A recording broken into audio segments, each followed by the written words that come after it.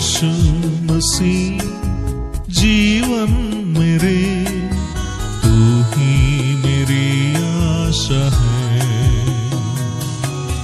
तू ही मेरी आशा है, तू ही मेरी आशा है। यीशु मसीह जीवन मेरे, तू ही मेरी आशा है, तू ही मेरी आशा है, तू ही मेरी आशा। परमेश्वर के धन्य नाम की महिमा हो। आज के आराधनात्मक मनन की ओर आप सभी का बड़े प्रेम के साथ स्वागत करता हूं। आइए आज के मनन के लिए हम पढ़ते हैं प्रकाशित वाक्य अध्याय 1 पद 17। जब मैंने उसे देखा तो उसके पैरों पर मुर्दा सा गिर पड़ा। उसने मुझ पर अपना दाहिना हाथ रखकर कहा, मत डर, मैं प्रथम और अंतिम और जीवता हूं। प्रभु यीशु मसीह अपने प्रेरित होने के लिए यूहन्ना को जब गलील सागर के किनारे खड़े होकर बुलाया था, यूहन्ना संभवतः 20 वर्ष से भी कम उम्र का एक जवान लड़का था। मत्ती अध्याय 4 पद 21 और 22। प्रेरितों में सबसे छोटा और एक जवान लड़का होने के कारण भी हो सकता है प्रभु उनका विशेष ख्याल रखता था। प्रभु यीशु मसीह के न केवल करीब वह बैठा करता था, बल्कि छाती की ओर झुककर भी वह बैठता था।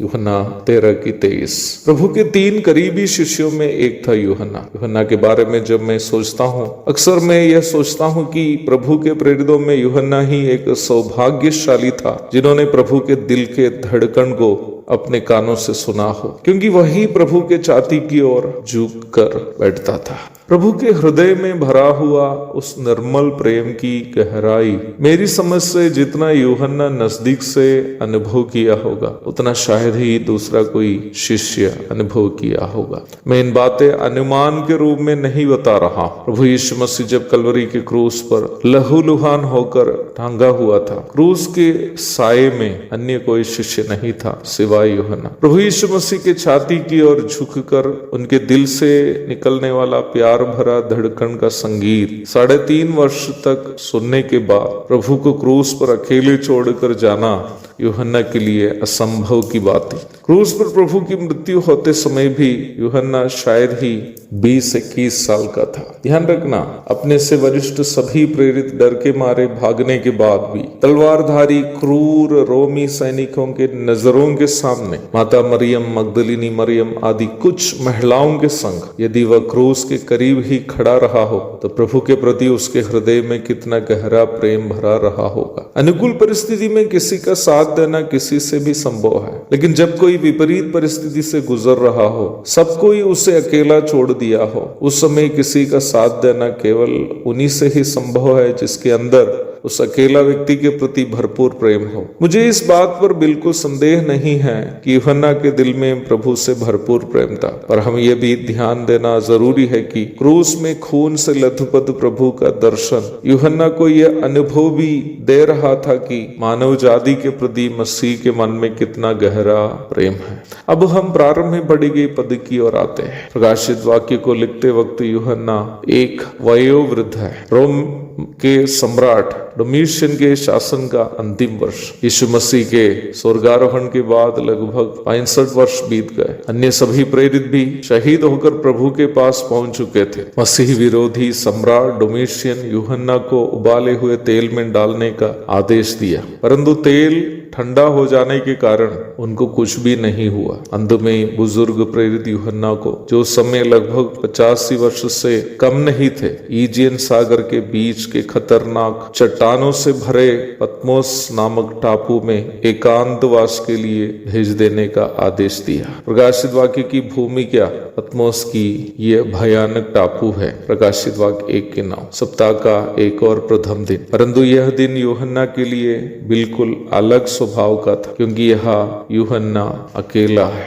न साथी प्रेरित हैं, न कलीसिया के विश्वासी भाई बहन हैं, न अन्य शुभ चिंतक है। बिल्कुल अकेला। केवल चारों तरफ से सुनाई देने वाली लहरों की भयानक आवाज और ठंडी ठंडी हवा से उत्पन्न परेशानियों के अलावा वहां उनका कोई साथी नहीं था।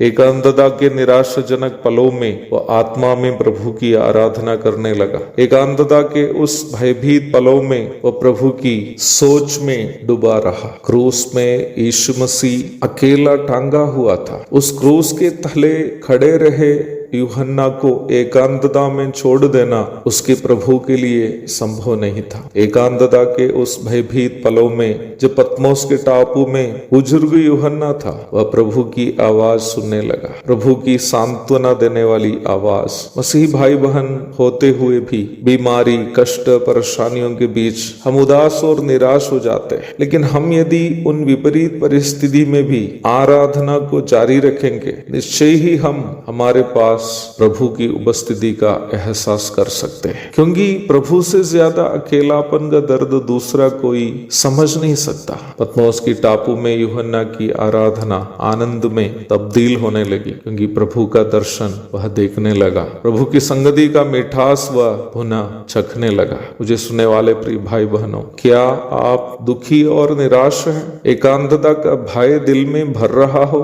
क्रूस पर मरे हुए मसीह यीशु की आराधना में विलीन हो जाइए, उनकी सोच में डूब जाइए, उनकी मोहब्बत का मिठास चखते रहिए। जिसने क्रूस पर हमारे लिए अकेले मृत्यु को सहा, उनकी धन्य संगति का मिठास आप अवश्य चख पाएंगे, और उनकी उपस्थिति में जो आनंद आपको मिलेगा वह हर अकेलापन को अवश्य दूर करने की क्षमता रखता है। एक और शुभ दिन की धन्य कामनाओं के साथ आज का मनन में यह समाप्त करता हूँ। प्रभु आप सबको आशीष दे, आमीन। अंधेरे में ज्योति है, मेरे मोह में मधु जैसा है।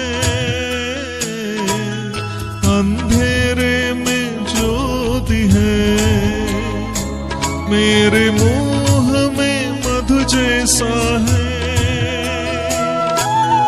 दुख के घनघोर धूप में तू आशा की बरसात है। दुख के घनघोर धूप में तू आशा की बरसात है।